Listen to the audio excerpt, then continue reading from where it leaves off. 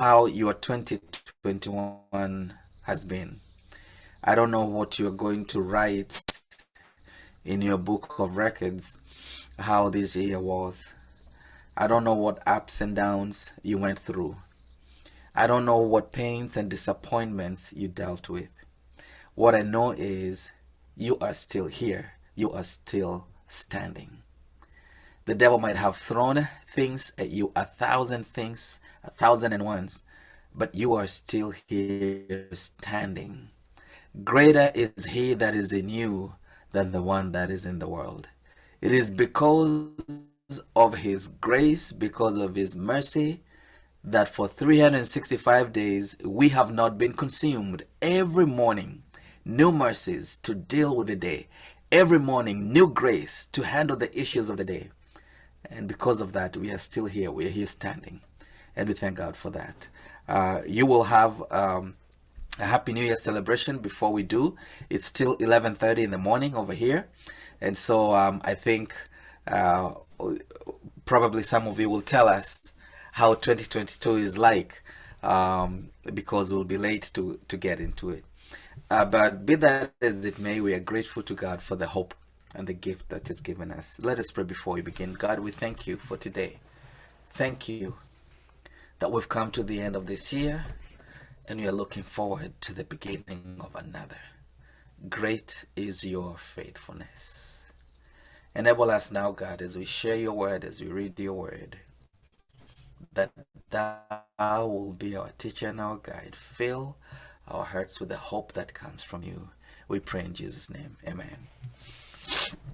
So last week we ended our study with the elevation and the promotion of Joseph. Joseph has come from the prison after waiting for 2 full years.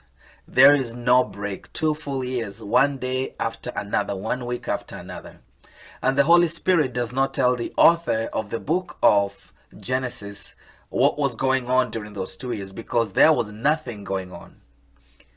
And it seemed like a long time, especially when you have nothing to do, when you have nothing to look forward to. It must have been a painful thing for him.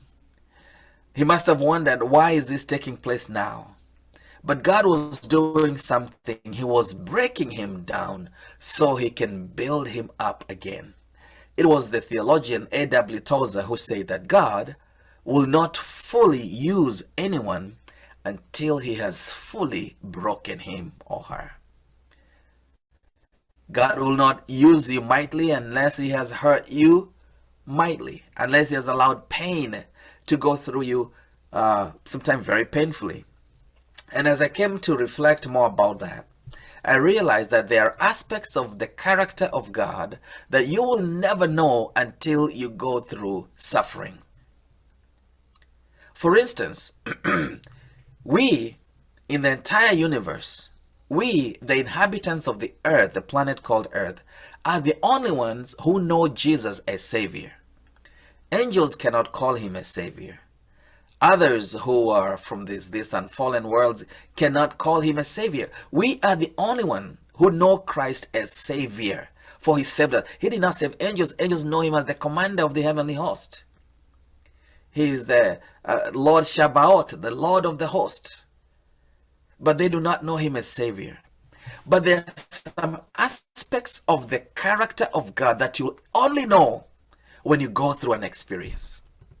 When you're destitute and you have been forsaken and you do not have anyone anywhere to run to and you're all alone, that is the time you will discover that Jesus is also Emmanuel, God with us. You know, when you are with friends and you have connections and you have everything going on, you will hear God with us, but you will not experience him as God with us. It is only when you go through the painful experiences of sickness and illness that you'll get to discover God as Jehovah Rapha, my healer. And all these other aspects of God, you will not know them. You will not know that part of the nature of God unless you have gone through an experience. And so Joseph After 2 full years, comes out of prison. We saw that. We saw how he got himself ready. He shaved, showered, got himself ready, stood before the king, was humble before the king, told the king, it's not what I can tell you, it is what God can tell you. He's the one who reveals secrets. He's the one who interprets dreams. It's not me. The king tells him the dream. And Joseph goes on to give glory to God and then to interpret the dream. And he goes ahead to apply wisdom. What is wisdom? Wisdom is what we apply to knowledge. He had the knowledge, and then he applies wisdom to knowledge, and then he has a good outcome. And the king says, who is there other than you? You are the only person who can help handle this situation. And so overnight, Joseph is seen as the second to the king at the tender age of 30. People might have looked at him and said, where did he come from? They had not seen, they did not know what he had gone through for 13 years. I want to focus on this last passage of chapter 41. We see Joseph at the tender age of 30. He starts doing his administration, and then verse 50 says that he got a wife. The wife was named Asenath, the daughter of Potiphar, priest of On, who God says, the Bible says, God blessed this family with 2 children. The first son, the name of the firstborn was Manasseh. As Joseph looked as his son was born, he must have smiled with joy. And as this child came forth, he said, God has Manasseh me. That's the name he gave to this young boy. Manasseh meaning that God has made me forget all my toil and all my father's house. Someone praise God with me. What Joseph is saying is, for 13 years, there was opportunity to think about everything that must have gone down. Now, remember, as human beings, we rarely forget. He's not saying that those things have been deleted from his memory. That's not what he's saying. Scientifically, that's not possible. And as a matter of fact, should that happen, that's a dangerous thing. He's not saying that whatever happened to him because of his brothers, what they did to him, that has been deleted from his memory. No, he still sees Potiphar and knows what Potiphar's wife did. But what he's saying is, the sting has been removed from that memory. Someone praise God with me. When you meet with trauma victims, they don't just remember what happened to them, but they reenact. Their body reenacts. Their mind reenacts whenever something happens that reminds them of that situation. Trauma victim, emotional abuse, sexual abuse, physical abuse, whichever place. Sometimes a song could play and you find someone shaking like a leaf. Why? Because the song has triggered them. The memories come flooding back, and not just the memory, but also the pain of those memories. Maybe even a smell, or maybe they see someone, and all of a sudden all these memories are conjured up, and the mood shifts, and the day has been messed up because of the trauma experience that they went through.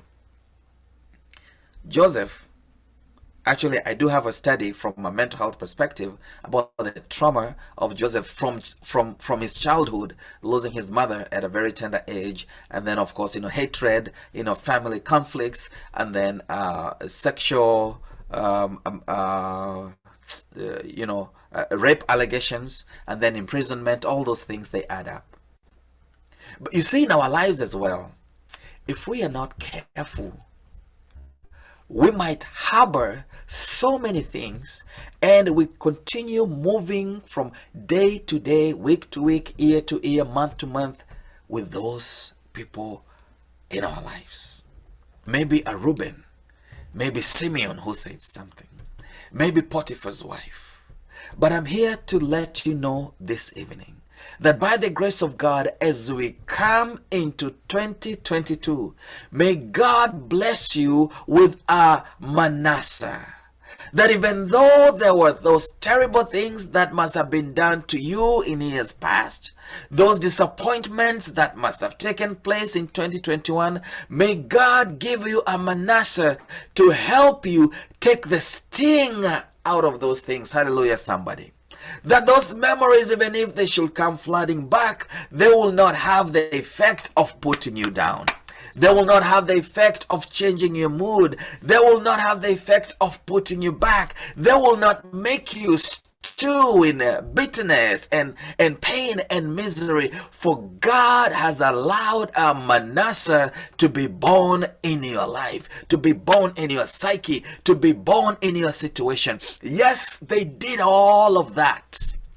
Potiphar's wife, I can stand and look at you in the eye, but whatever you did has no bearing on me anymore. I don't feel the pain because God has made me forget. God has removed the sting. Reuben, Simeon, Judah, my brothers, whatever you did, fellow prisoners, the butler for 2 years, he forgot all about me. God has removed the sting. And you know, friends, as you pray for new blessings for 2022, pray that God will give you a Manasseh experience. That by His grace, you're going to be able to even sit down with the people who plotted against you. For you have forgiven and you have let go. It is now what God will do with them. That you can even smile, that you can even do much more with those who are plotting, with those who actually did some really shameful things for you. But here's another reason why. After Manasseh, he says in verse 52, another child was born, and this one he called Ephraim. Why? Because God has caused me to be fruitful in the land of my affliction. Hallelujah. Amen. You see, many times as human beings, we want things to go the other way. We want the opposite. God bless me in my land of affliction so I can forget all that took place. God, do good to me. Give me that promotion. Give me that new job. Give me that new contract. Give me this business breakthrough. Give me all that, and then that will make me forget. But that's not the way it works in heavenly economy. How it works is you ask God to give you forgiveness. You ask God to set you free. God gives you a Manasseh. And when He gives you the Manasseh, this ushers in the Ephraim. It opens the door for the blessings. Because when we are still caught in the past, we don't have the ability to see the path to the blessings. When we are caught up in the past, we still don't have the ability to appreciate the blessings. We don't have the ability to take advantage of what God has given us. But what God says is that even in the book of Joy, says God is the one who restores to you and to me the years that were lost to the locust. Tonight, as we usher in the new year, tell God for 2022, give me a Manasseh and give me Ephraim. Help me forget the things of the past, the pain of the past, the affliction of the past, the disappointments, the hearts, the heartbreaks, the breakups. Help me forget all of that, oh God, and cause me to be fruitful. Cause me to be prosperous. Cause me to be successful. Cause me to do well in this new year that you're giving me. For those of you who have children, you know that it is your interest every day. You wake up and go to sleep thinking about how your son or your daughter is going to be successful. Do I have a witness today? That is your preoccupation.